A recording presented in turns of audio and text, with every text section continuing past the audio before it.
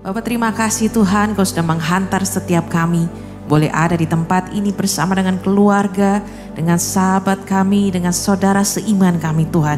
Biar kiranya pagi hari ini kami rindu Tuhan, hadirat-Mu yang membawa setiap kami masuk Tuhan, untuk kami mendekat dengan Engkau Bapa. Biarlah pujian penyembahan kami yang kami bawakan ini menjadi dupa yang harum dan menyenangkan Engkau. Sepanjang ibadah kami Tuhan, kami rindu Engkau yang berkarya, Engkau yang bertahta atas pujian kami, dan Engkau yang disenangkan. Terima kasih di dalam nama Yesus Kristus yang siap bernyanyi memuji nama Tuhan. Sama-sama kita mau katakan amin. Silakan duduk kembali Bapak Ibu Saudara.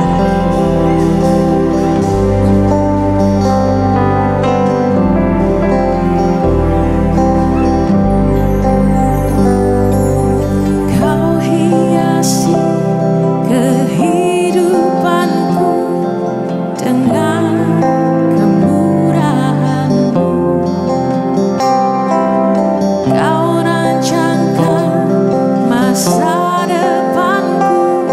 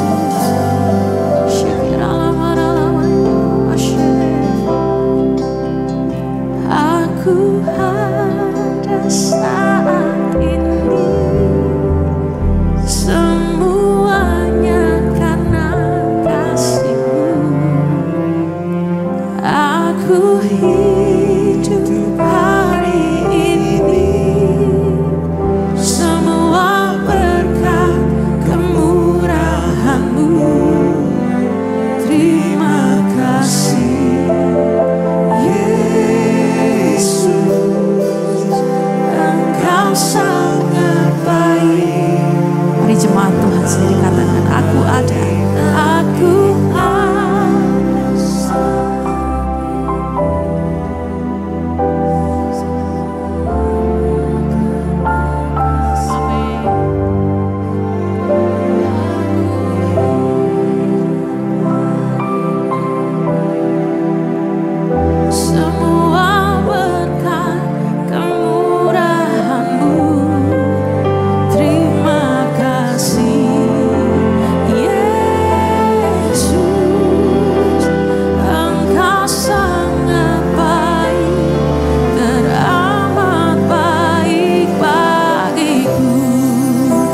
Sama-sama kita bangkit berdiri Bapak Ibu Saudara.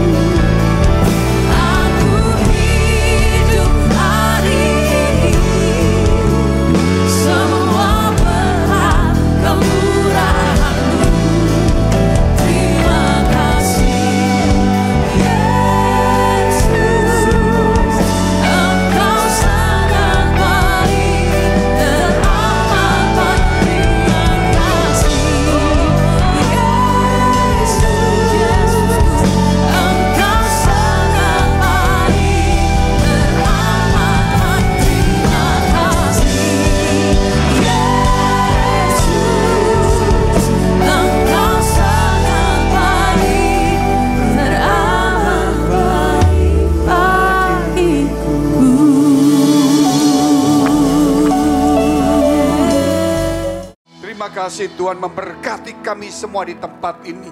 Oleh karena firman-Mu Tuhan membangkitkan roh kami. Firman-Mu menguatkan iman kami. Firman-Mu membuka mata pikiran kami. Supaya kami boleh mengenal dan lebih sungguh-sungguh mengikut Tuhan. Tuhan jauhkan dari kami perkataan-perkataan, kata-kata yang tidak berguna, yang sia-sia, yang selalu membuat kegaduhan ataupun Tuhan membuat salah paham. Sebab itu Tuhan, kami ingin mendengar seperti Maria yang memberikan hatinya untuk firman-Mu, supaya hidup kami boleh menjadi terang dan garam dunia. Kami berdoa untuk mereka yang di dalam pergumulan, mereka yang punya masalah persoalan tantangan, baik dalam pekerjaan, rumah tangga, karir, studi, kesehatan mereka. Tuhan, kami butuh pertolongan kasih Tuhan, supaya Tuhan menjamah setiap kami, memberikan kemurahan, memulihkan dan memberi kekuatan, kemenangan kepada kami. Terima kasih Tuhan, kami siap mendengarkan firman-Mu, karena firman-Mu menjadikan apa yang tidak ada menjadi ada. Firman-Mu itu terang dan suluh di dalam perjalanan hidup kami di dunia yang gelap ini. Di dalam nama Tuhan Yesus kami sudah mengucap syukur dan berdoa. Haleluya, amin. Saudara, dilarang duduk dulu. Bukan dilarang, maksudnya saudara jangan duduk dulu. Karena kita ada programnya, karakter Kristus harus dibacakan hari Minggu. Kenapa saudara? Kalau kita cuman karakter Kristus ini hanya cuman satu teori, kita lupa. Karena karakter Kristus kalau kita bicarakan itu, saudara, kita tahu bahwa semua karakter itu akan menghasilkan masa depan yang baik. Itu kalau dunia saja, apalagi kalau bicara rohani. Karakter itu akan menyukakan, dan itu buah daripada keselamatan dan buah dari roh Tuhan, itu roh kudus sendiri. Kita baca, Mega Project Karakter Kristus. Hari Minggu, rendah hati, merendahkan diri, pengabdian, kekudusan. Sekali lagi, rendah hati, merendahkan diri, pengabdian, dan kekudusan. Puji Tuhan, silakan duduk saudara. Kalau kita bicara saudara rendah hati, merendahkan diri, pengabdian dan kekudusan, itu bagian dari rencana Allah yang indah untuk mengubah hidup kita. Siapa yang di dalam Kristus menjadi ciptaan baru, yang lama berlalu, yang baru tiba. Kita tidak bicara masalah lampau dulu, hidup kita yang lama, tetapi setiap hari kita diperbarui.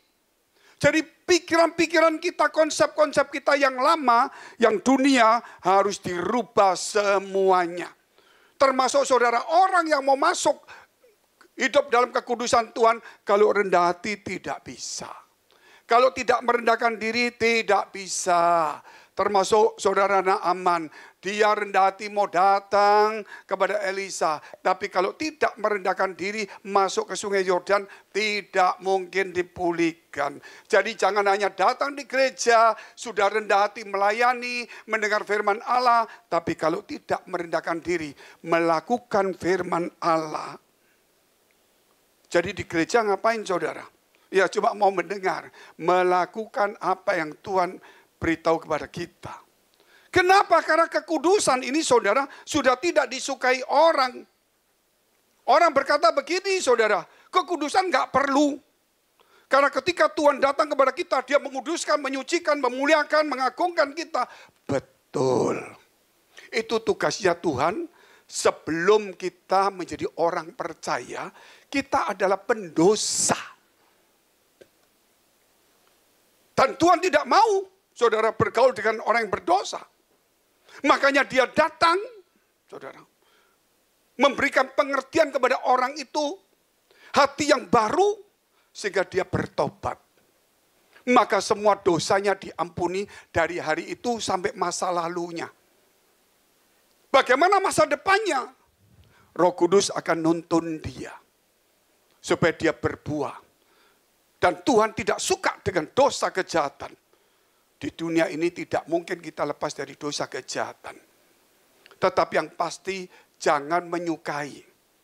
Tapi menyukai kekudusan walaupun tidak sempurna. Menyukai kekudusan bukan berarti tidak bisa berbuat dosa. Saudara. Tapi menyukai kekudusan ketika kita berdosa sadar, bertobat. Saudara. Akhirnya orang berkata nggak perlu. Karena itu kekudusan itu pekerjaan Tuhan. Betul. Pekerjaan Tuhan saudara. Tetapi ingat saudara, kalau kita bicara tentang ini, mana Tuhan mau bergaul dengan orang yang setelah dikuduskan, dia mau berbuat dosa seenaknya, itu tidak mungkin. Orang cuma bicara tentang tugasnya Tuhan, mengampuni, menguduskan, menyucikan, semua yang diomongkan kasih karunia. Saudara, itu memang betul. Tetapi saudara lihat, Bapa di surga itu berkata, dengarkan Yesus. Kata dengarkan itu saudara berarti apa yang diperintahkan harus kita kerjakan. Saudara, pekerjaan Tuhan sudah selesai untuk menebus dosa kita. Sekarang yang saudara yang dikerjakan adalah bagaimana kita mendengarkan. Saudara, tugas kita yang dibebankan, diberikan Tuhan di dalam hidup kita. Dan dia menyertai kita. Saudara. Makanya ada Roh Kudus di dalam kehidupan kita. Ini saudara gak main-main. Karena sekarang dunia ini saudara sudah mulai pelan-pelan kesesatan, menyesatan itu tidak bicara doktrin. Tritunggal diserang, Yesus bukan Allah diserang, saudara. Terus dia ngomong segitu terus. Padahal Yesus itu Tuhan, mereka ngomongnya enggak. Tritunggal, semua diserang semuanya. Itu jelas saudara pasti lebih tahu. Tetapi sekarang penyimpangan pelan-pelan. Saudara, kita diarahkan tugas Tuhan memelihara kita. Tugas Tuhan mengampuni kita. Tugas Tuhan menuntun kita terus, saudara. Jadi kita tidak diingatkan akan tugas kita. Padahal Tuhan berkata, beritakanlah Injil sudah dilupakan. Jadilah kudus, dilupakan. Cari kerajaan surga, dilupakan. Ampunilah mereka, dilupakan. Kasihlah musuhmu, dilupakan. Selalu ngomongnya tugas Tuhan. Enggak salah. Tugas Tuhan itu memang ada saudara. Tapi tugas kita itu apa? Tuhan mengampuni kita. Apakah kita mengampuni orang lain? Tuhan mengasihi kita. Apakah kita mengasihi orang lain? Nah, yang diomongkan adalah Tuhan kepada kita. Kita tidak dibicarakan bagaimana kita kepada sesama dan kepada Tuhan. Ini yang berbahaya, saudara. Makanya saudara kita baca firman Tuhan di dalam kitab Filipi pasal 1 ayat 15 sampai 17. Kita akan bicara ini mengapa? Konsep itu penting sekali. Ketika seseorang ingin membangun rumah tangga, dia punya konsepnya dulu. Dengan siapa, modelnya apa, rumahnya bagaimana, rencananya punya anak berapa, dan didiknya gimana, walaupun belum tentu sama dalam perjalanannya.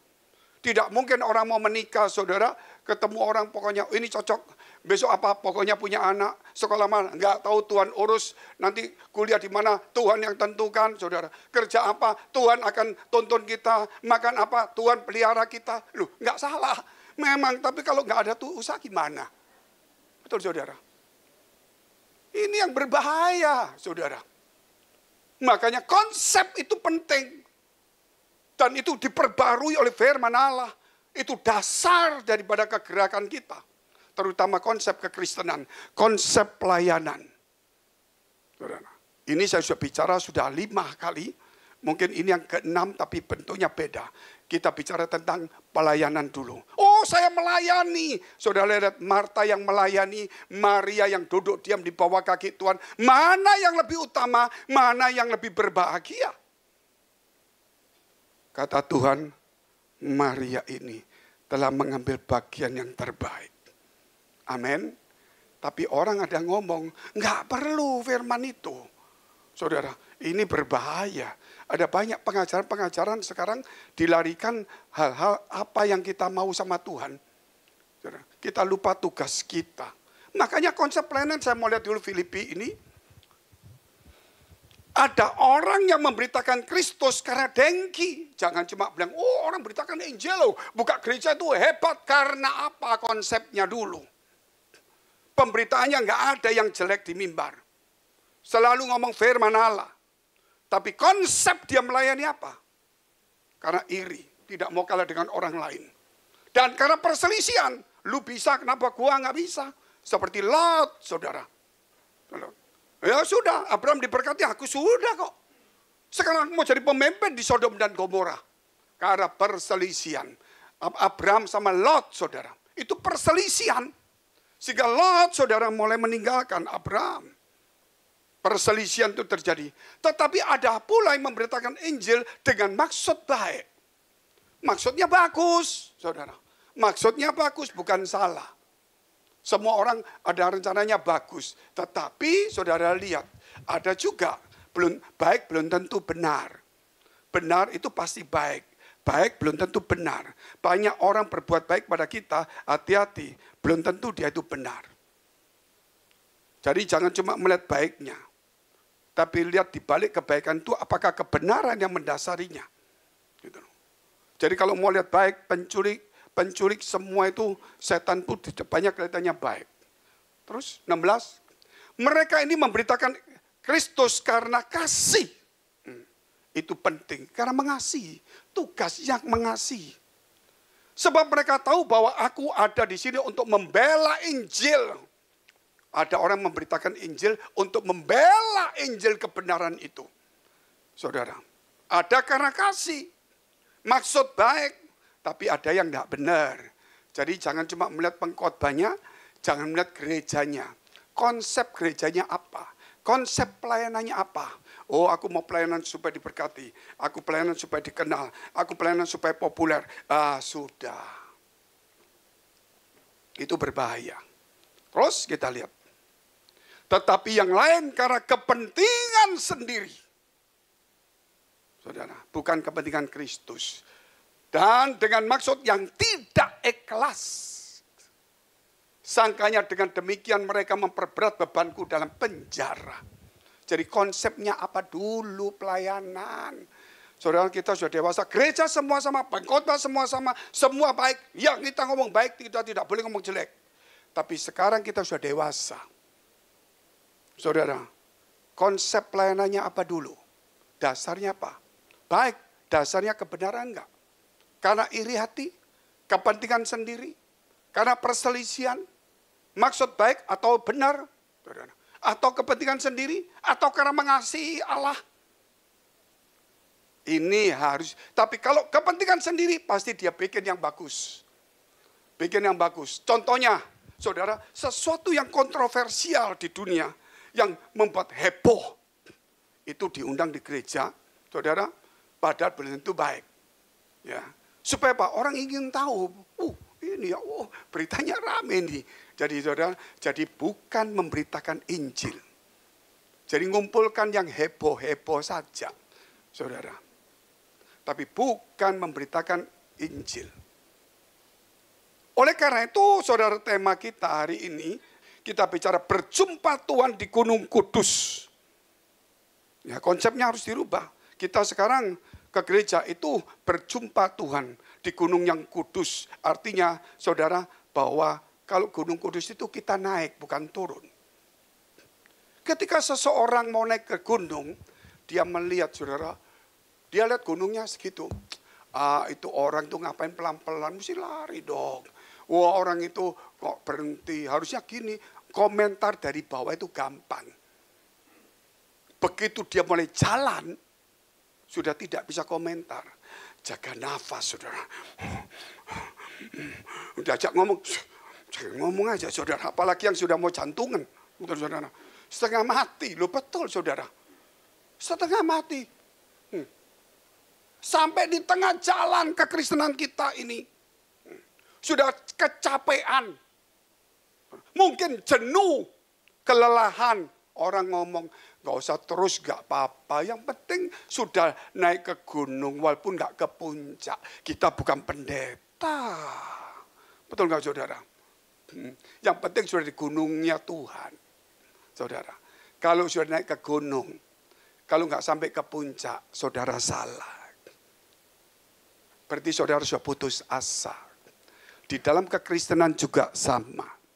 Sudah setengah jalan itu pasti lelah, capek. Dalam pelayanan jenuh, semua itu sama, saudara. Justru di tengah perjalanan sampai ke puncak itu yang paling berat. Bukan fisik saja, mental kita kena. Karakter kita kena. Omongan kiri kanan kena, saudara. Makanya ketika orang dari tengah rohani sampai ke puncak, itu karakter mental harus kuat.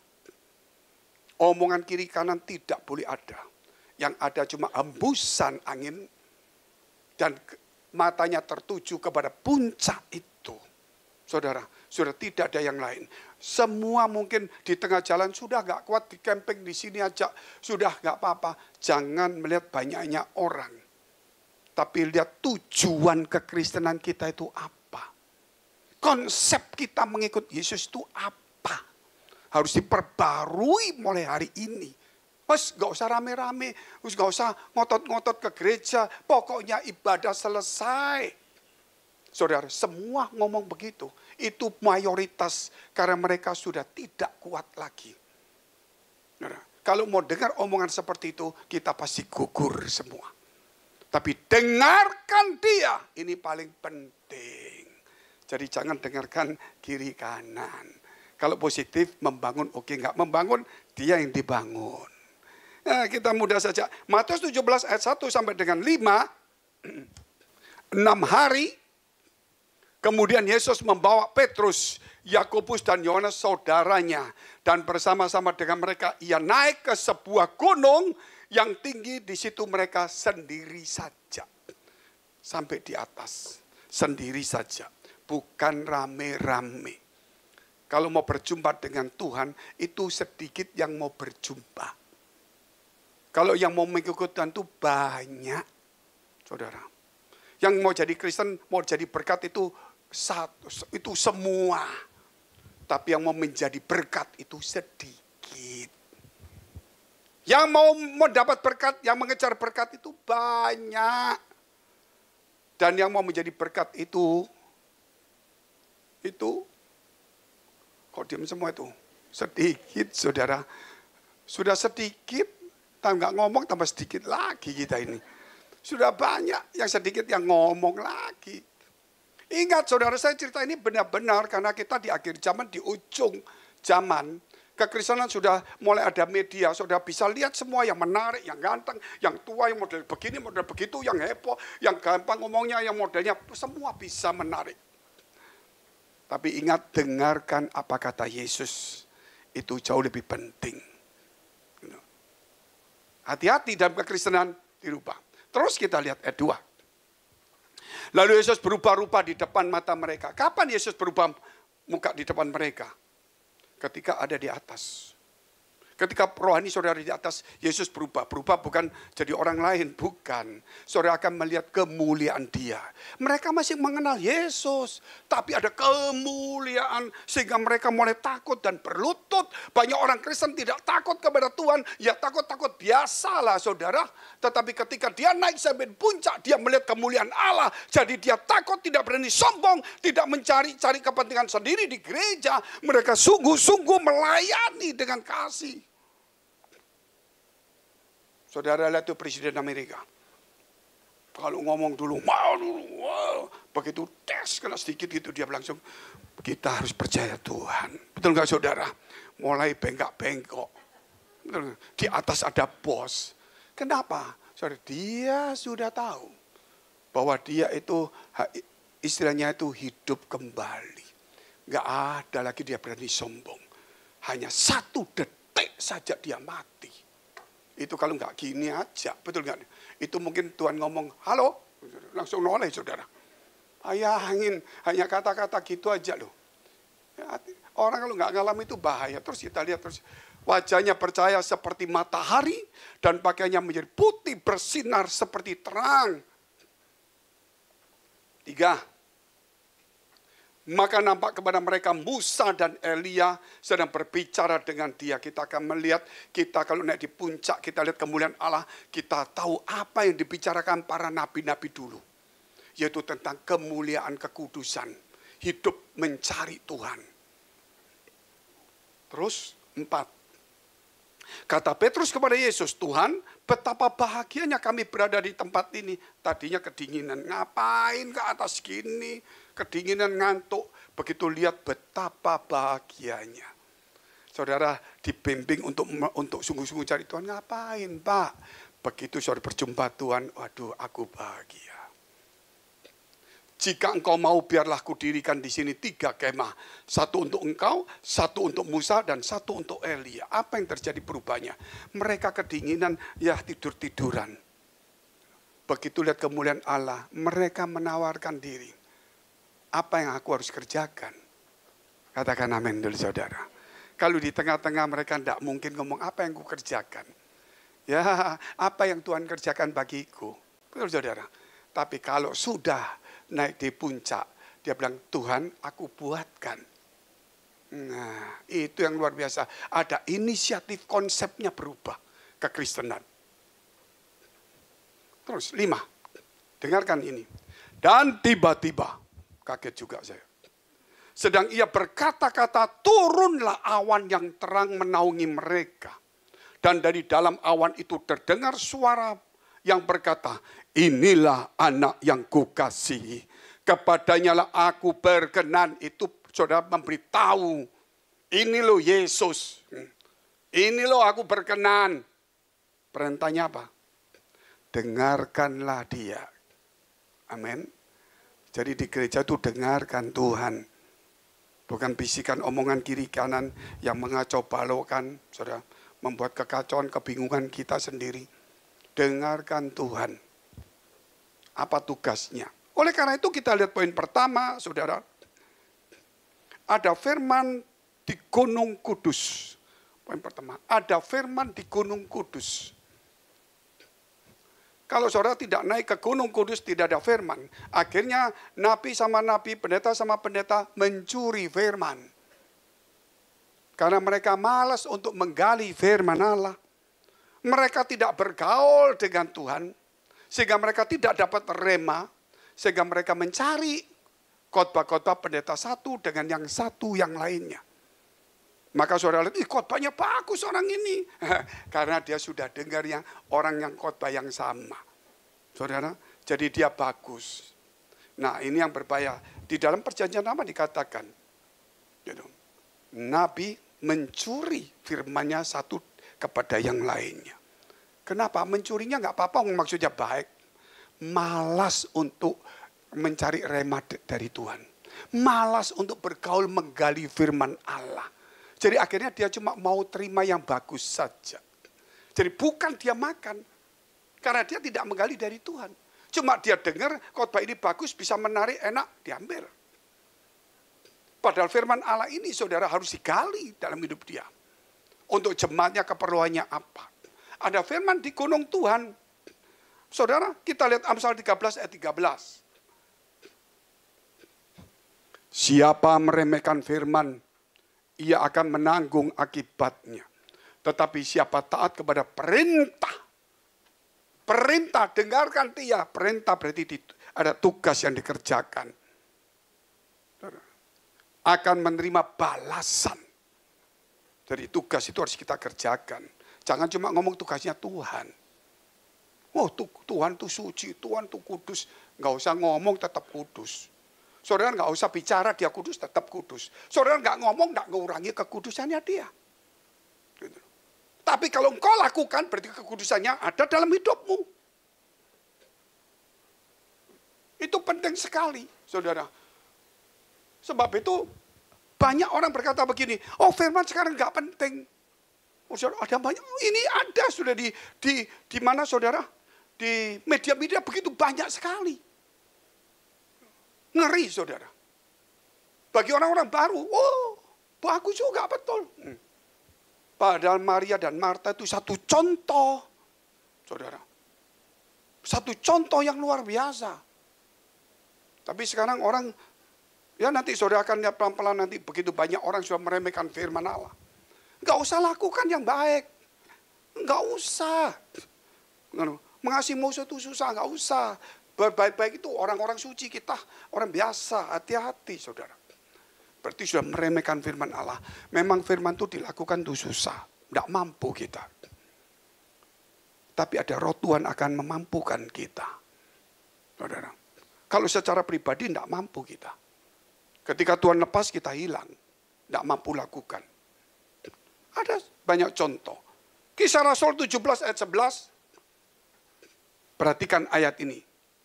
Ayat ini sangat luar biasa saudara. Apa bedanya? Mesti digali. Orang-orang Yahudi di kota itu lebih baik hatinya. Sama-sama Yahudi ya. Sama-sama mama gereja, mama gitu saudara. Sama-sama Kristen. Daripada orang-orang Yahudi di Tesalonika. Berarti sama Yahudinya, sama gerejanya, anggap sama orangnya, saudara. Semua sama, tapi beda baik dan tidak baiknya. Kenapa? Karena mereka menerima firman itu. Kenapa? Jadi orang Yahudi di kota itu lebih baik dari hatinya daripada orang Yahudi di Tesalonika. Artinya di sini saudara, Yahudinya sama. Ya, agamanya sama. Anggap aja gerejanya sama, saudara. Kristennya sama, ibadahnya sama. Tapi mutunya mana yang lebih baik? Kita itu kalau sudah gereja, jangan bicara ibadahnya bagus. Buah daripada jemaat ini bagaimana? Bukan pengkhotbahnya yang bagus. Khotbahnya bagus, buahnya bagaimana?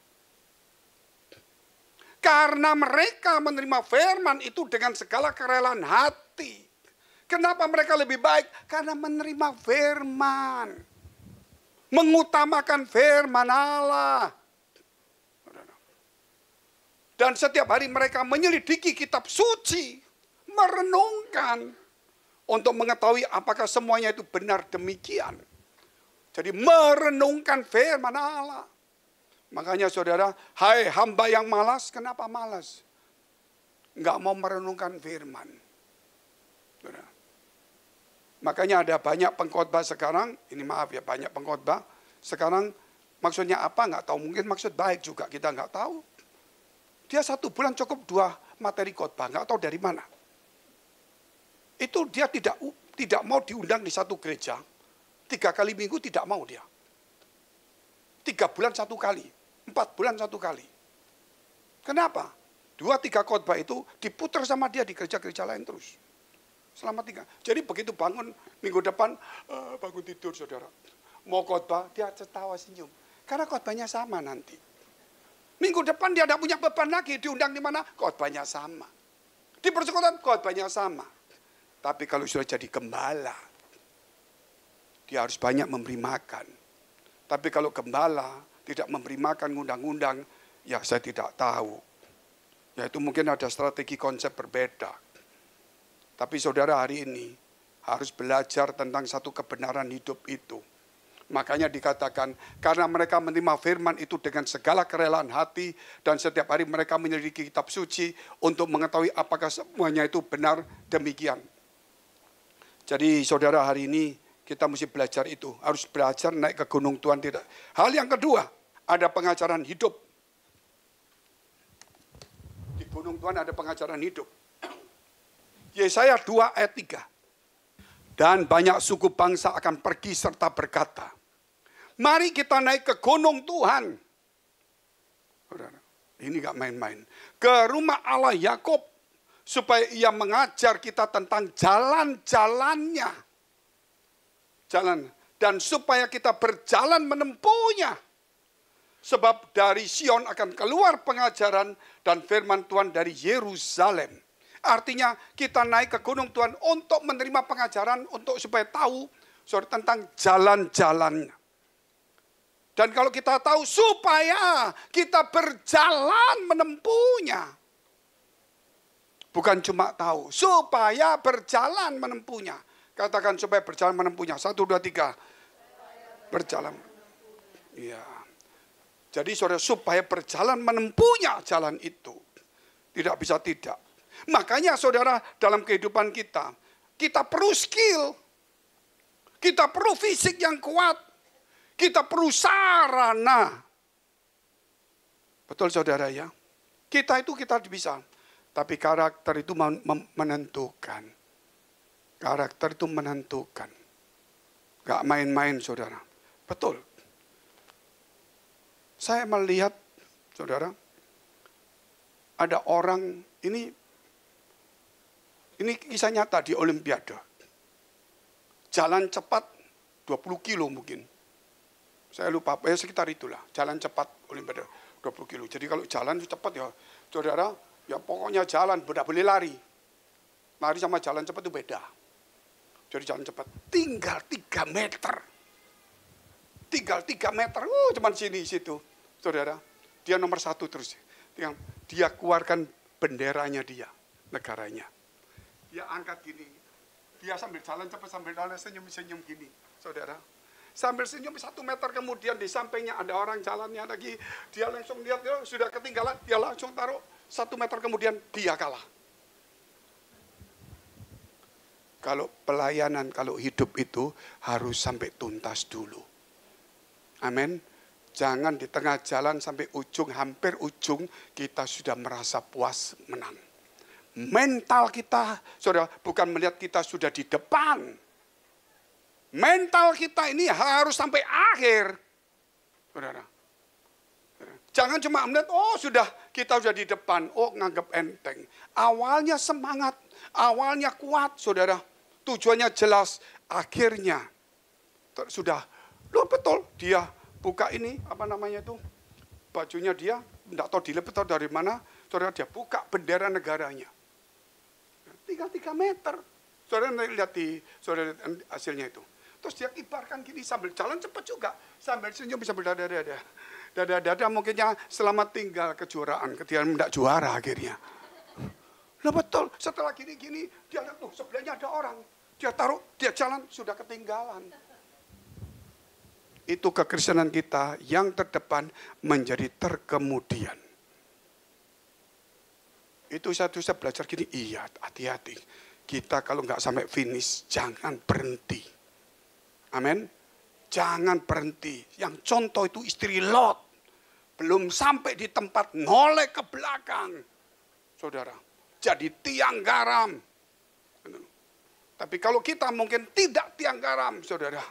Kalau kita di tengah jalan, saudara, belum sampai kita noleh ke belakang. Waduh, saya nggak tahu jadi apa itu. Jangan pernah saudara merasa puas sebelum saudara sampai di puncak kekristenan berjumpa dengan Tuhan. Itu penting sekali harus berjumpa dengan Tuhan. Ada juga saudara, dalam Olimpiade ini sama. Dalam Olimpiade sama.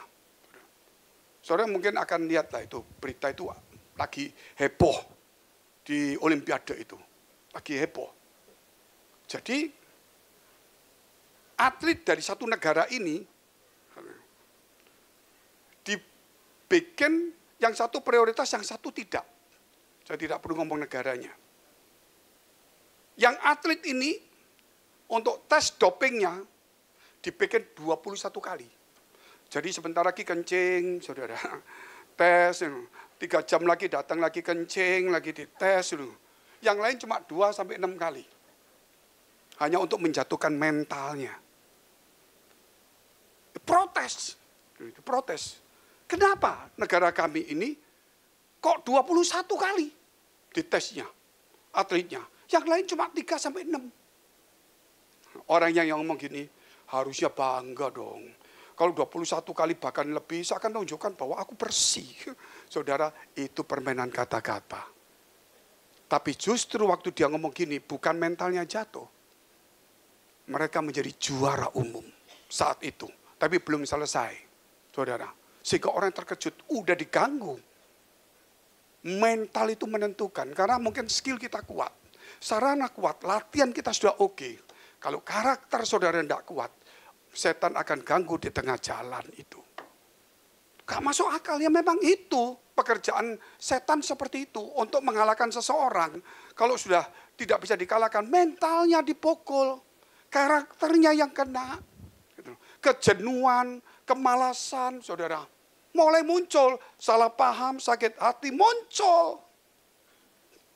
Makanya mental saudara di gereja ini ada karakter. Kalau nggak punya mental, nggak karakter, nggak diperkuat, saudara nggak usah kita ngomong kekristenan. Di dunia saja saudara tidak akan survive. Saudara harus kuat semuanya. Itu penting. Oleh karena itu, saudara, jalan-jalan Tuhan ini supaya kita tahu tentang jalan-jalannya. Dan supaya kita ini berjalan di jalannya.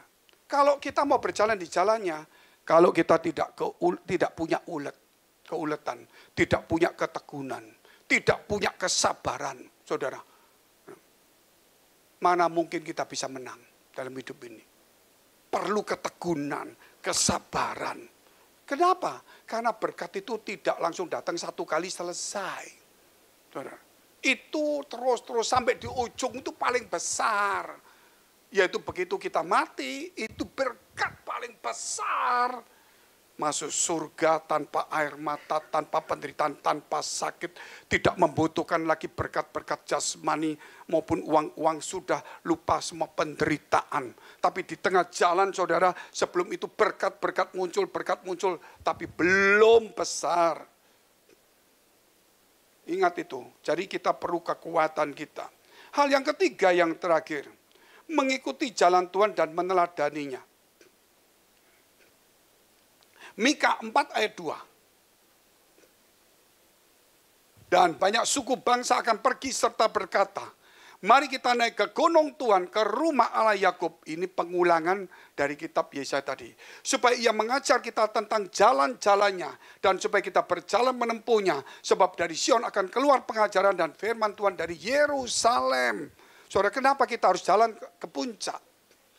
Kenapa harus meneladani? Ingat saudara, ketika Abraham naik ke gunung Tuhan, yaitu ke Bukit Moria, untuk mempersembahkan Ishak, dia harus mempersembahkan anaknya kepada Tuhan. Ketika anaknya diikat, ditaruh sebagai korban, dia ambil pisau, dan dia menghujamkan anak itu. Tapi Tuhan berkata, tahan Abraham, Dia langsung berhenti. Sekarang aku tahu engkau mengasihi Tuhan lebih dari segalanya. Padahal itu anak satu-satunya janji Tuhan. Saudara. Maka dia menoleh seekor domba jantan yang tanduknya tersangkut belukar. Itu yang dikorbankan. Itu menunjukkan Yesus anak domba Allah yang dimahkotai duri. Saat itu, saudara, saya tidak bicara tentang keselamatan, bicara tentang gunung Tuhan. Saat itu baru Abraham berkata, di gunung Tuhan Allah sediakan. Di gunung Tuhan Allah sediakan. Baru dia tahu konsepnya. Kenapa harus naik ke gunung Tuhan? Kenapa harus berkorban seperti ini? Ternyata saudara, di situ dia melihat di gunung Tuhan Allah sediakan. Amin. Itu Abraham orang yang beriman. Ini sudah percaya Tuhan terus menerus sampai tidak punya anak, sampai punya anak, sampai mengorbankan terakhir kali statementnya berkata, di gunung Tuhan, di atas gunung Tuhan Allah sediakan. Jadi saudara, kita disediakan di atas gunung Tuhan. Ada meja perjamuan seperti ini, saudara. Ada sesuatu yang mau saudara dijamu oleh Tuhan. Makanya dia berkata kepada Daud juga, bahwa dia akan duduk bersama dengan Tuhan, akan menikmati hidangan di depan lawan-lawannya. Berarti ada lawan, ada masalah, ada persoalan, ada kesulitan, ada tantangan. Tapi saudara tetap naik ke gunung. Musuh tetap ada, yang ngejek tetap ada. Tapi disitulah ketika berjumpa Tuhan, musuh masih banyak. Tapi Tuhan mengatakan, ayo kita makan. Saudara, bayangin luar biasa enggak? Jadi semua musuh, semua masalah, semua persoalan itu tidak dianggap sama Tuhan. Tuhan malah suruh ngasih makanan. Bayangin, ngasih makan aja makan. Luar biasa enggak? Makanya saudara, ada satu cerita begini. Kenapa 10 orang, 12 ya. 10 orang yang diutus ini takut semua berkata kepada Musa, memang negara itu bagus. Negeri itu indah, kaya, subur, makmur. Tapi orang-orangnya gede-gede tinggi. Kuat-kuat semua. Mungkin Musa berkata, biar kuat kita bisa lawan. Tapi kita berat. Kenapa? Suka makan orang. Jadi kalau makanannya orang, kalau orang datang, bukan dianggap musuh, dianggap makanan. Bayangin, orang Israel datang berbondong-bondong bawa panah. Orang Amalek berkata gini, makanan datang, air liurnya turun semua, saudara. Bayangin, gak main-main. Jadi saudara, kalau kita melihat orang yang hidupnya itu artinya ada musuh kuat itu karena dia tahu ada sesuatu. Saudara lihat itu. Kenapa saudara? Kalau kita lihat hewan-hewan gede-gede. Kalau ketemu singa, pada takut semua. Padahal gede, takut. Padahal dia kalau perang satu lawan satu menang kalau berkelahi. Tapi dia takut, rata-rata takut. Kenapa saudara? Karena singa itu makan mereka. Dan mereka makan rumput. Saudara. Jadi singa walaupun kecil, masalahnya mereka mau lihat ini bukan masalah kuat enggaknya. Ini masalahnya kita ini dianggap makanan. Jadi saudara harus tahu dalam kehidupan Tuhan juga sama dalam kehidupan kita saudara. Dia menyajikan makanan di depan lawan-lawan kita. Kenapa saudara? Karena lawan-lawan kita itu melatih iman kita. Lawan-lawan kita itu mendidik kita untuk bergantung kepada Tuhan. Lawan-lawan kita ini supaya mata kita tertuju, supaya iman kita naik ke atas. Kalau nggak ada lawan, nggak ada tantangan. Saudara, iman kita akan lemah. Tapi bukan berarti saya mau kuat lagi. Saudara, cari musuh ayo di tengah jalan, senggol orang. Ya saudara ketemu lawannya di penjara. Gitu loh. Bukan itu, lawan nggak usah dicari. Kalau saudara cari itu mencobai Tuhan. Gak usah dicari, tapi kalau dia datang, itu makananmu. Jadi bukan makanan terus saudara makan, bukan. Maksudnya untuk melakukan firman-Mu, untuk melatih engkau, untuk belajar mengasihi walaupun tidak bisa, untuk belajar mengampuni walaupun belum tentu mampu, untuk belajar saudara melupakan walaupun tidak bisa, membalas kebaikan, kejahatan mereka dengan kebaikan belum tentu bisa, bergumul. Itu melatih kita semuanya. Itulah perlu di gunung Tuhan seperti itu, saudara. Saya akhiri, saudara, ada dua hal. Pertama tentang masih olimpiade, karena kita itu perlombaan iman. Olimpiade.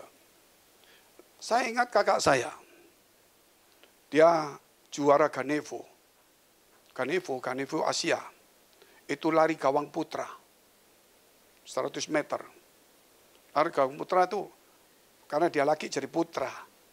Tapi ini lawang, saudara, di olimpiade ini saya lihat beritanya itu ada masalah putrinya. Jadi dia lari berapa langkah itu ada segini. Dia mesti lompat. Lari lagi lompat, lari lagi lompat, lari lagi lompat. Sampai 100 meter. Mungkin per 4 meter lompat, per 4 meter lompat, mungkin per 5 meter. Dia juara Ganevo. Tapi latihannya setengah mati. Tapi ini ada kisahnya ini, yang memang keluarga saya atlet semua, saudara. Semua atlet, saya cuma atlet rohani.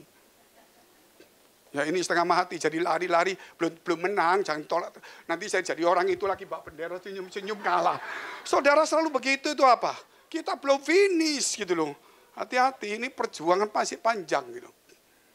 Ini ada atlet perempuan dari negara Tiongkok. Saya kok tiba-tiba bisa lihat terus. Dia pertama waktu latihan kalah. Tapi terakhir kali dia bisa menang. Juara 1, musuhnya kalah semuanya. Dia masih ngomong, ya saya berusaha sebaik mungkin. Tapi saudara lihat. Umur 15 tahun. Tulang lurusnya itu patah. Kakinya. Patah. Orang ngomong sudah selesai. Tidak ada harapan. Waktu dia umur 10 dilatih untuk lari gawang. Saudara putri masih kecil-kecil gitu. Patah. Sudah finish. Gak ada harapan. Berapa tahun dia, saudara? Dia tetap melatih pelan-pelan. Orang mereka gak mungkin lah. Gak mungkin sudah finish. Dia dari satu tempat yang kecil. Akhirnya dia latihan. Sekarang juara dunia. Dari kaki yang patah. Makanya kalau saudara lihat, ini sama dia di plester. Tapi sudah sekian tahun sembuhnya, saudara. Justru waktu dia ngomong kiamat, orang-orang ngomong tidak ada harapan. Dia tahu nggak mungkin. Tapi mental karakternya itu luar biasa. Dan cuma melihat ini adalah masalah. Tapi makanan untuk mental dia. Amin. Ini masalah, tapi makanan dari karakter dia. Kalau dia tidak melihat ini satu makanan untuk menguatkan karakter dia, pasti dia runtuh, nggak akan juara dunia olimpiade hari ini. Dia masih muda, saudara. Dan itu disanjung luar biasa. Musuhnya tuh jago-jago semua. Nah, dia masih muda. Orang bukan cuma melihat apa, dia melihat kakinya itu. Dia ngomong 15 tahun. Dan sebelum latihan, saudara, sebelum pertandingan, dia jaga kakinya. Dia coba dulu gini, dia jalan lagi, saudara. Takut kalau patah lagi. Karena ada cacat. Tapi justru saudara lihat, itu kencang sekali juara. Dari di sini saya ingatkan kepada saudara. Kita punya Tuhan. Kita punya finish di depan. Kita punya harapan. Kita lagi bertanding. Apapun kondisi kita hari ini, saudara. Yang orang ngomong sudah tidak ada harapan. Saudara, cuma satu saja. Karakter kita tidak boleh terpukul. Karakter kita harus bangkit kembali. Gereja tidak bisa mengajar terlalu banyak. Saudara percaya Tuhan, percaya. Tapi kalau karaktermu, mentalmu tidak ulet, tidak sabar, bagaimana bisa mendapatkan berkat dari Tuhan? Kalau kita tidak ulet, tidak kuat, saudara tidak tekun, bagaimana sampai di ujung? Karena perjalanan naik ke gunung itu nggak gampang-gampang. Saya tutup satu, saudara. Kenapa saya ini banyak hal saya terus punya satu komitmen. Ketika orang sudah mulai meremehkan saya, Frankie nggak mungkin bisa. Saya bangkit, saudara. Saya bukan marah. Saya bangkit. Oke, nggak apa-apa. Saya akan kerjakan. Saya tidak jatuh. Saya semakin, memang serangan, tapi aku harus bangkit. Orang ngomong, wah, berat ini sudah, nggak ada apa-apanya. Salah. Orang boleh meninggalkan saya. Keuangan boleh meninggalkan saya. Semua boleh, asal Tuhan tidak boleh meninggalkan kita. Iman kita harus bangkit. Kita harus seperti itu. Tidak boleh bergantung kepada banyak hal. Tapi bergantung kepada Tuhan. Kalau ada sesuatu, kita, oke, saudara. Itu, kalau saya ketemu orang, umpama orang itu ngomong sama saya begini, Pak Frankie, ini nggak bisa dikerjakan. Gitu loh. Saya nggak mau kerjakan. Tidak mungkin kita kerjakan. Apalagi Pak Frankie. Saya nggak mungkin lakukan. Karena saya bukan orang yang hebat. Saya cuma bisa khotbah. Tapi saya berkata, Tuhan, nggak ada yang mau kerja. Saya yang harus kerja. Gak mungkin Tuhan. Tapi aku usahakan. Hari ini saya ini bukan seorang penyanyi. Saya vokal musik aja belum tentu ngepas, saudara. Kalau nyanyi itu mesti meleset sedikit-sedikit itu. Tapi meleset bisa pas itu luar biasa. Jadi kalau nembak gini pasti meleset. Jadi lebih baik meleset pas, saudara. Itu kejadiannya. Mau lurus-lurus tetap meleset. Mendingan dimelesetin dikit ya pas itu. Itu teori. Jadi saudara, saya tidak punya kemampuan apa-apa. Tapi saya terus ngomong sama teman saya, ayo lakukan. Gak bisa. Ya sudah, saya bangkit sendiri. Saya sekarang, saudara, sudah bikin lagu 7. Ini yang akan dirilis 6. Dan lagunya kita sekarang itu dipakai sama artis Korea. 2 lagu kita diambil, diterjemahkan bahasa Korea, dinyanyikan di Korea oleh penyanyi-penyanyi top itu. Tepuk tangan dulu dong. Kita berpikir, nyanyi bikinnya susah, nggak ada yang make, saudara. Cuma dilihat gini, nggak tahu kenapa Tuhan. Kenapa dulu orang ngomong lumayan kok nggak dipakai di mana-mana. Tetap dia boleh putus asa. Bikin lagi, nggak putus asa, saudara. Tiba-tiba bukan dari Indonesia. Justru ini 12 artis Korea, saudara, dari 5 atau 6 gereja. Itu orang-orang topnya di gereja. Dia bilang, 2 lagumu saya pakai di Korea. Saya bahasakan Korea, saya nyanyikan di Korea. Dan nanti di Indonesia saya nyanyikan dengan bahasa Korea. Luar biasa, saudara. Kalau kita putus asa, mana kita pikir kita datang ke artisnya, tolong dong. Sampai saya mikir, kenapa ya? Apa kita mesti deketin artis, ngejak makan-makan, baru mau nyanyinya. Saya pikir-pikir, enggak. Tuhan siapkan kita harus ulet, saudara. Ya, tepuk tangannya terus gak apa-apa, saudara. Ingat satu hal. Tuhan selalu katakan kepada saya, Frankie, you have to go there because I have to go there. Artinya harus ke atas Tuhan, berjumpa Tuhan. Maka disitulah kita akan melihat jalan-jalan Tuhan. Pertama Tuhan suruh saya, you have to go there itu misi. Sampai hari ini di NTT, dimanapun desa, gereja apapun, saudara, di luar gereja setan loh ya. Kita boleh KKR, boleh khotbah. 350.000 orang tanpa kita izin langsung KKR, langsung pendetanya semua mau. Saudara, itu sudah jemaat juga tanpa kita punya gereja. Mau setiap hari KKR di mana silakan, 1 hari kali 1 tahun bisa, siapa yang kuat aja. Setelah itu saudara sampai di ya seluruh Indonesia lah, sampai di Sangir di mana-mana. Kemudian you have to go there. Apa saudara? Full gospel. Persekutuan pengusaha. Kita mulai cuma 1 chapter. Kemudian 120 chapter. Kita mulai disodok-sodok dikit. Itu makanan untuk mental kita, karakter kita, saudara. Akhirnya, you have to go there. Apa, saudara? Gereja best.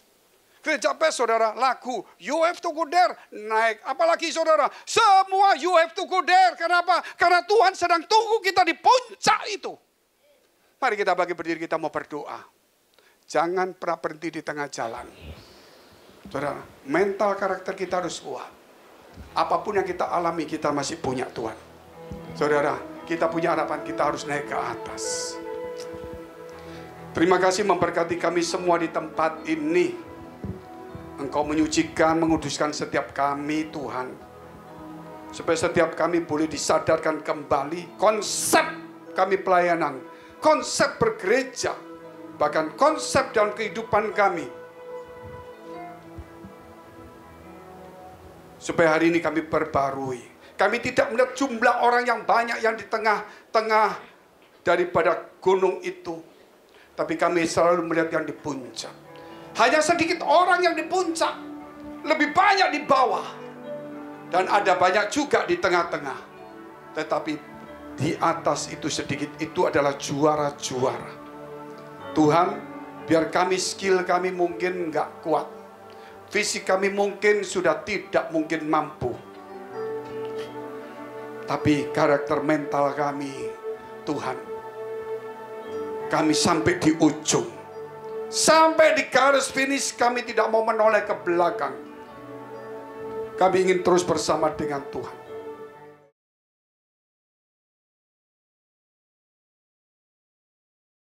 Mari kita angkat roti dengan tangan kanan ke atas. Haleluya. Saudara diberi waktu sejenak untuk berdoa kepada Tuhan. Bapa, ampuni setiap kami, layakkan kami ya Tuhan. Sucikan dan kuduskan setiap kami. Hamba-hambamu yang akan menerima dan juga hambamu yang akan melayani. Sucikan dan kuduskan. Angkat roti dengan tangan kanan ke atas. Dengarlah Tuhan, dengarlah firman Tuhan ini. Sebab apa yang telah kuteruskan kepadamu, telah aku terima dari Tuhan.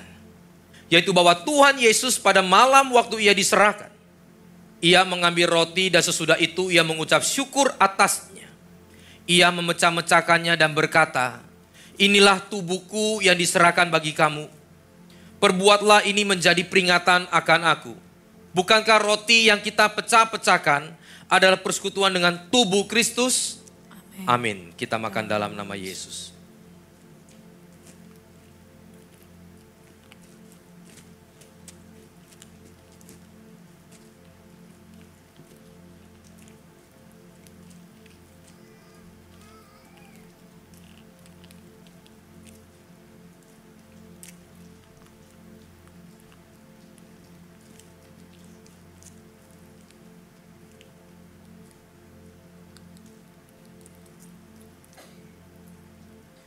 Angkat anggur dengan tangan kanan ke atas. Demikian juga ia mengambil cawan sesudah makan lalu berkata, cawan ini adalah perjanjian baru yang dimateraikan oleh darahku. Perbuatlah ini setiap kali kamu meminumnya menjadi peringatan akan aku. Bukankah cawan pengucapan syukur yang atasnya kita ucapan syukur adalah persekutuan dengan darah Yesus? Amin. Kita minum dalam nama Yesus. Haleluya. Hiduplah bukan kami lagi, tapi Kristus yang ada di dalam kami. Terima kasih Tuhan. Kami telah menerima roti dan anggur. Kami juga telah mendengarkan firman-Mu. Di dalam nama Tuhan Yesus, kami juga tidak lupa bersyafaat untuk gereja-gereja yang ada di seluruh dunia. Bagi para hamba Tuhan sampai kepada semua jemaatnya.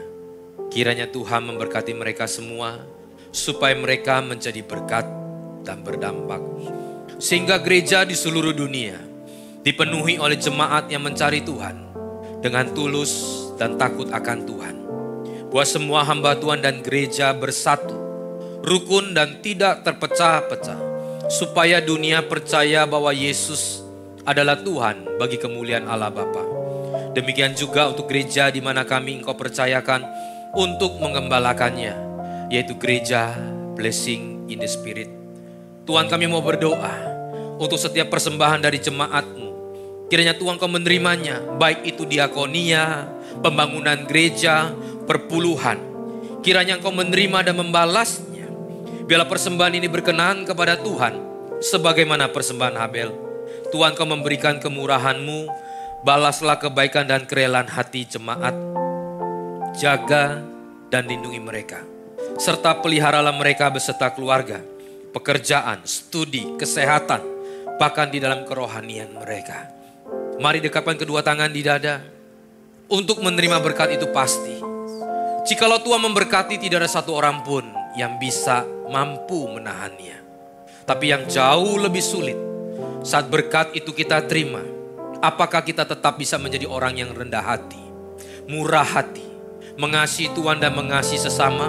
Oleh karena itu firman Tuhan katakan, jagalah hatimu dengan segala kewaspadaan, karena dari situlah terpancar kehidupan. Jemaat yang dikasihi Tuhan, jadilah berkat dan terimalah berkat rahmat anugerah dari Allah Bapa di surga, di dalam Putra Tunggalnya Yesus Kristus yang telah mati bagi dosa-dosa kita. Dan dia bangkit pada hari ketiga, sehingga kita sembah Tuhan Allah yang hidup. Iman kita bukan kepada Tuhan yang mati. Dia naik ke sorga, menyediakan rumah bagi kita, sehingga kita punya pengharapan yang pasti. Dia akan datang kedua kalinya, menyebut gereja dan umatnya yang berjaga-jaga, kudus, dewasa, bijaksana, serta menghakimi dunia. Dan di dalam persekutuan dengan Roh-Nya yang kudus, menghibur, menguatkan, menginsafkan, dan terus membuat hati kita berkobar-kobar di dalam kasih semula, kekudusan, kebenaran, dan menjadi saksi Kristus dari sekarang sampai selama-lamanya. Mari kita tutup dengan doa yang Yesus ajarkan. Bapa kami yang di surga, dikuduskanlah namamu, datanglah kerajaanmu, jadilah kehendak-Mu di bumi seperti di surga. Berikanlah kami pada hari ini makanan kami yang secukupnya, dan ampunilah kami akan kesalahan kami, seperti kami juga mengampuni orang yang bersalah kepada kami. Dan janganlah membawa kami ke dalam pencobaan, tetapi lepaskanlah kami daripada yang jahat. Karena Engkaulah yang punya kerajaan dan kuasa dan kemuliaan sampai selama-lamanya. Amin. Tuhan Yesus berkati, silakan duduk. Firman-Mu ceritakan kasih-Mu, menyucikan hati dan pikiranku, menjadikan berkat kehidupan kekal, sampai ku menjadi harta kesayangan-Mu. Firman-Mu ceritakan kasih-Mu, menyucikan hati dan pikiran.